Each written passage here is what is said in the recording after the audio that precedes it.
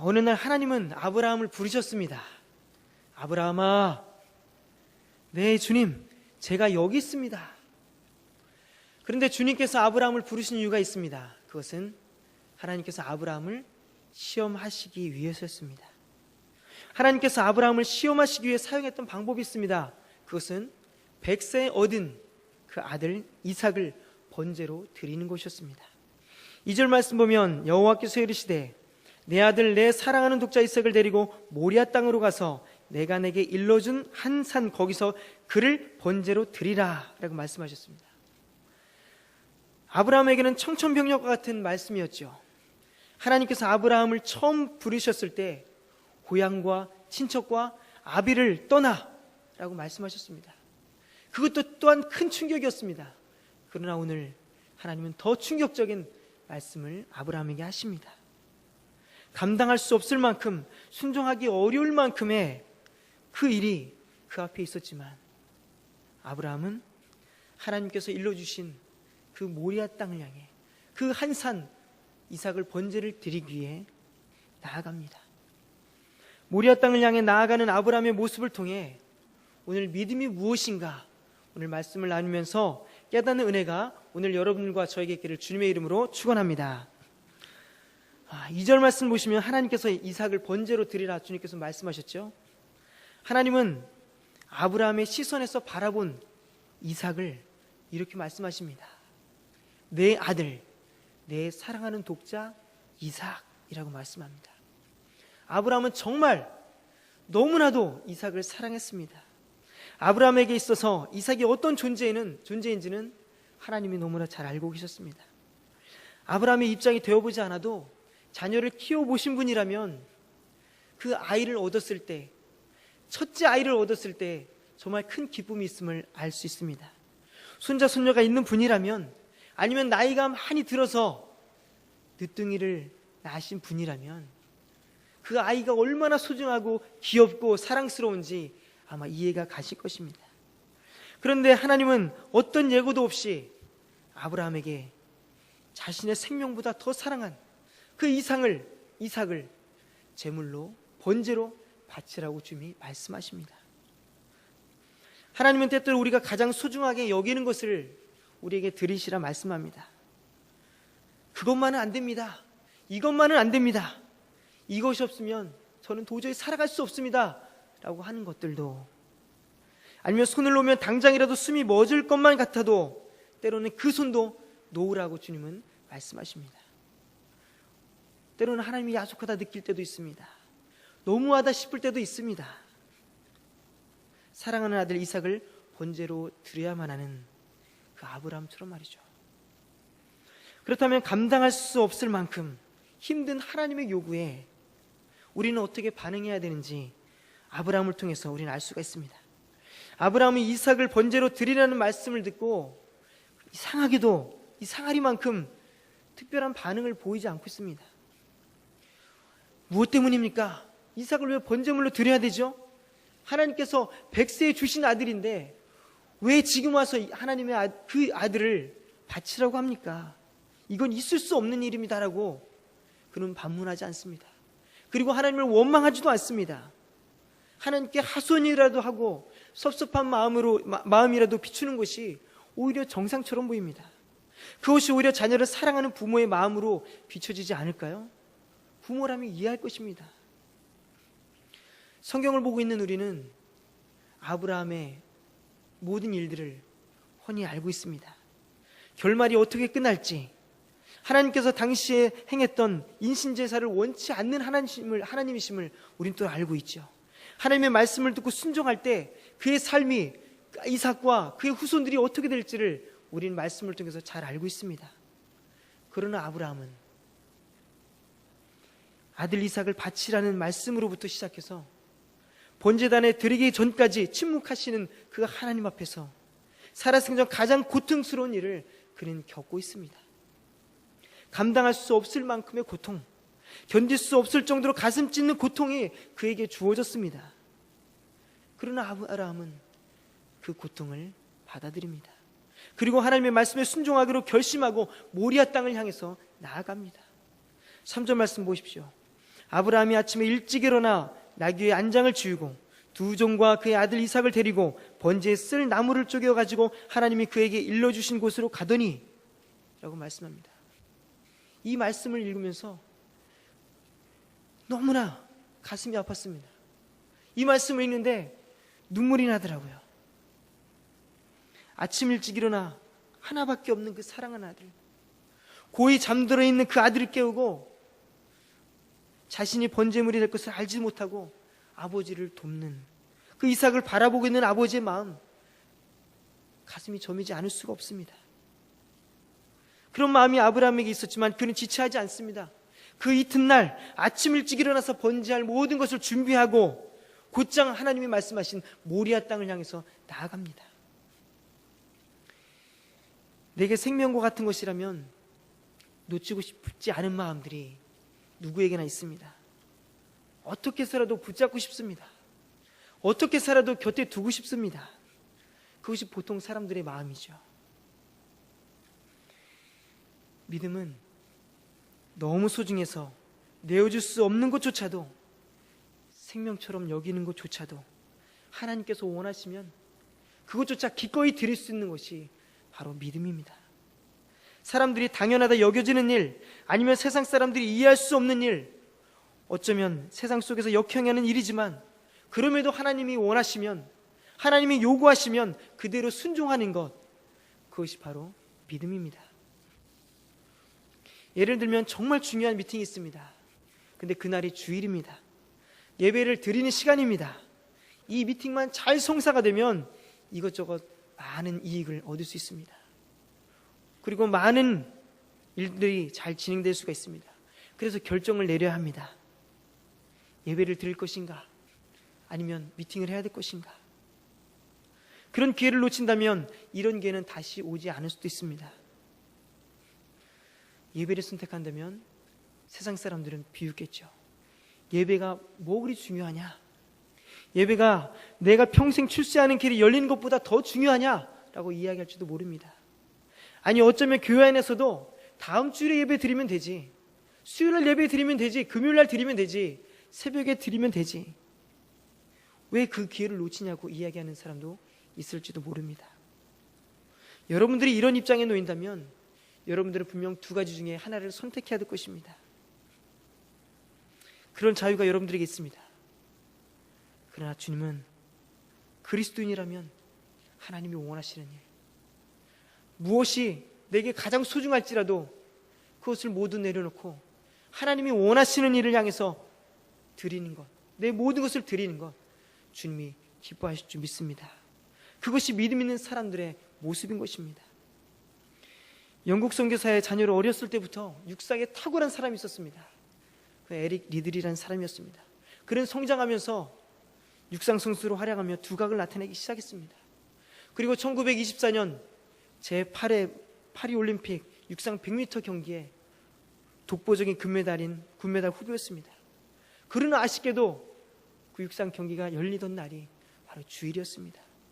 그는 망설이지 않았습니다. 단호한 결정을 내렸습니다. 저는 주일에 뛰지 않습니다. 주일은 예배를 드려야 할 것입니다.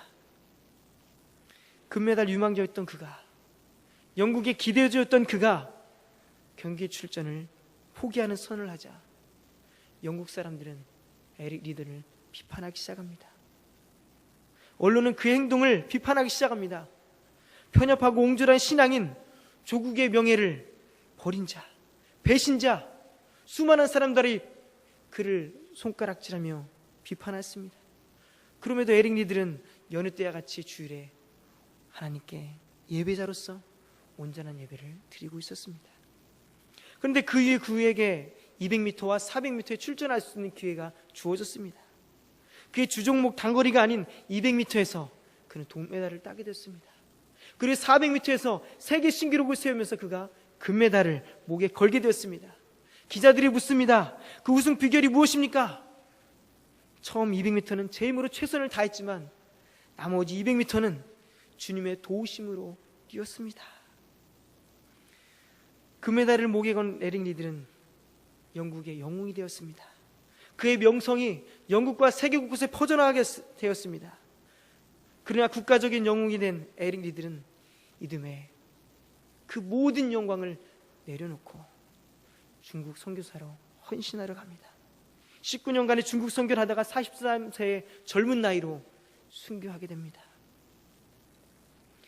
국가의 영웅이 될 수 있는 기회, 그런 보장이 있었지만 하나님의 나라를 위해 모든 것을 다 포기하고만 에릭 리들, 그에게도 더 큰 명성을 떨칠 수 있는 기회가 있었지만 하나님이 원하시는 것이 있기에 그것마저 모두 포기하고 말았습니다. 오늘날 편리주의를 추구하고 명성과 성공에 눈이 먼 그리스도인들에게 다시 한번 그의 삶은 경종을 울리고 있습니다. 내가 원하면 많은 것을 누릴 수 있는 영광도 있지만 하나님을 위해서라면 아낌없이 포기하는 사람, 바로 그 사람들이 바로 믿음의 사람들인 것입니다. 주님께서 여러분들에게 물으십니다. 내가 원한다면 내게 가장 소중한 그 무엇이라도 너는 포기할 수 있겠니? 어떻게 대답하시겠습니까? 이것만은 안 됩니다, 주님. 다른 것으로 대체하면 안 될까요? 아니면 네, 주님. 주님이 말씀하시면 내가 가진 가장 소중한 그것도 주님께 온전히 드리겠습니다 라고 대답하시겠습니까? 아브라함이 자신의 생명보다 더 귀하게 여겼던 독자 이삭을 하나님께 드리기 위해 뒤를 돌아다보지 않고 아침 일찍 일어나 모리아 땅으로 향했던 그 믿음, 여러분들과 저의 모습 가운데, 모든 삶 가운데 그런 믿음의 모습들이 가득 넘쳐나시기를 주님의 이름으로 축원합니다. 그렇게 아브라함은 아침 일찍 일어나서 이삭과 종들과 함께 모리아 땅으로 향합니다. 아브라함이 머물렀던 브엘세바에서 모리아 땅까지는 약 3일간의 거리입니다. 3일의 시간이 지난 후 아브라함은 모리아 땅에 도착했습니다. 이삭을 번제로 드려야 할 그 땅에 도착했습니다. 3절에 브엘세바에서부터 출발해서 4절에 모리아 땅에 도착하는 그 순간까지의 여정이 2절에 걸쳐 짧게 말씀하고 있습니다. 그러나 아브라함에게 있어서 3일이라는 여정은 지금까지 살아왔던 모든 날보다 더 길고 더 고통의 순간이었을 것입니다. 어느 목사님은 3일간의 시간이 아브라함에게 있어서 가장 잔인한 시간이라고 이야기하기도 합니다. 3일이면 다시 볼 수 없는 아들과 함께 걷고 있다고 생각해 보십시오. 눈물로 땅을 적시며 걸었을 겁니다. 평생 동안 흘렸던 그 눈물보다 더 많은 눈물로 모리아 땅으로 가는 길을 적셨을 것입니다. 그리고 3일간에 이삭과 함께 했던 그날을 추억했겠죠. 하나님의 약속을 받은 후로부터 25년을 기다려서 얻은 그 아들, 그 아들이 태어날 때 말로 표현할 수 없을 것만 같은 그런 행복한 순간들. 눈은 나를 닮았지? 코는 당신을 닮았지? 옹알이만 해도 아기가 나에게 말을 했다고 하면서 기뻐했던 일들, 부모 앞에서 온갖 재롱을 부리며 웃음을 주었던 일들, 이삭과 함께 했던 모든 추억들이 주마등처럼 지나갔을 겁니다. 그런데 질문이 생깁니다. 하나님은 왜 굳이 3일길이나 되는 모리아 땅에 있는 한 산에 번제를 드리게 하셨는가 하는 겁니다. 아브라함에게는 견딜 수 없을 정도로 잔인한 시간을 왜 갖게 하셨는가 하는 겁니다. 브엘세바에는 번제를 드릴 만한 곳이 없어서일까요? 얼마든지 3일길이 아닌 더 가까운 곳에 번제를 드리게 하실 수도 있었습니다. 하나님께서 원하시는 곳이라면 얼마든지 한 곳을 선택하셔서 번제를 드리게 하실 수도 있었습니다. 그러나 하나님은 굳이 3일길을 걷게 하십니다. 아브라함으로 하여금 고통의 시간을 보내게 하십니다. 그 이유는 3일 동안에 사랑하는 독자 이삭을 선택할 것인가, 아니면 견딜 수 없는 고통 중에서도 하나님의 말씀을 우선으로 붙들고 나갈 것인가, 하나님은 시험하기 위함이었습니다. 누구를 더 사랑하는가에 대한 주님의 시험이었습니다. 이 3일간의 시간은 아브라함에게 있어서 하나님의 시험에서 충분히 실패할 수도 있는 시간이었습니다. 시험을 통과하지 못할 수도 있는 기로에 있는 그런 시간이었습니다. 그러나 아브라함은 그 고통의 3일, 잔인한 3일을 이겨내고 모리아 땅에 도착했습니다. 하나님이 가라 명령하신 그 땅에 서 있었습니다. 우린 여기서 아브라함이 걸었던 그 3일간의 여정을 통해 우리는 믿음이 무엇인가 알 수 있습니다. 믿음은 행복했던 순간들이 감당할 수 없을 만큼 절망적인 순간으로 바뀌어가는 중에도 하나님께서 명령하신, 말씀하신 명령이라면 끝까지 인내하며 순종하며 나아가는 것, 바로 이것이 믿음입니다. 여러분들도 지금 3일간의 여정을 밟고 있습니다. 누구를 위해 살 것인가? 누구를 더 사랑할 것인가? 여러분들의 3일간의 여정 중에는 기쁨이 슬픔으로 바뀌는 고통의 순간도 있을 수 있습니다. 생각지 못한 어려운 일도 있을 수 있습니다. 잔인한 삶의 연속이 이 세상 살아가는 동안에 오래 지속될 수도 있습니다. 하나님을 믿는다고 해서 늘 행복한 삶을 살 수는 없죠. 고통의 순간도 찾아옵니다. 하나님의 말씀대로 살기 위해 몸부림을 치며 칠수록 더 어려운 순간들이 찾아오게 됩니다. 말씀대로 살았더니 다 형통하더라? 그렇지 않죠.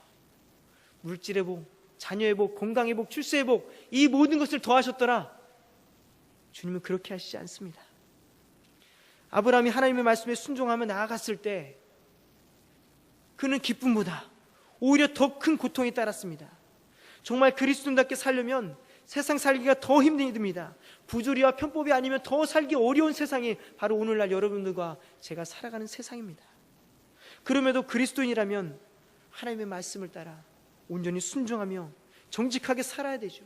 거짓이 없어야 되죠. 불신이 쌓여가는 시대에, 누구도 믿지 못한다는 그 시대에 우리 옆에 있는 사람을 사랑해야죠.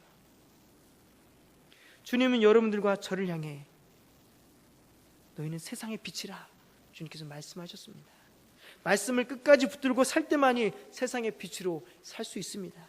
그리스도인이라면 고통을 감수하면서까지도 세상 사람들과는 다르게 살아가야 합니다. 하나님은 여러분들과 제가 그렇게 살기를 원하십니다. 하나님께서 아브라함에게 떠나라 말씀하셨을 때에 3일간의 길이 고통의 시간이 될 줄 이미 그는 짐작했을 겁니다. 그러나 모리아 땅으로 발걸음을 떼는 그 순간부터 그 짐작했던 그 이상의 더 큰 고통이 그를 뒤따랐습니다. 그럼에도 하나님께서 말씀하셨기 때문에 그 말씀을 붙들고 모리아 땅으로 나아갑니다. 한 걸음 한 걸음 순종하며 나아갑니다. 여러분들이 하나님의 말씀을 붙들고 세상에 살아갈 때에 여러 가지 오는 시험이 있습니다. 그 시험이 얼마가 될지 모르지만 그럼에도 그 시험의 시간을 잘 견디시는 여러분들과 제가 되시기를 소망합니다.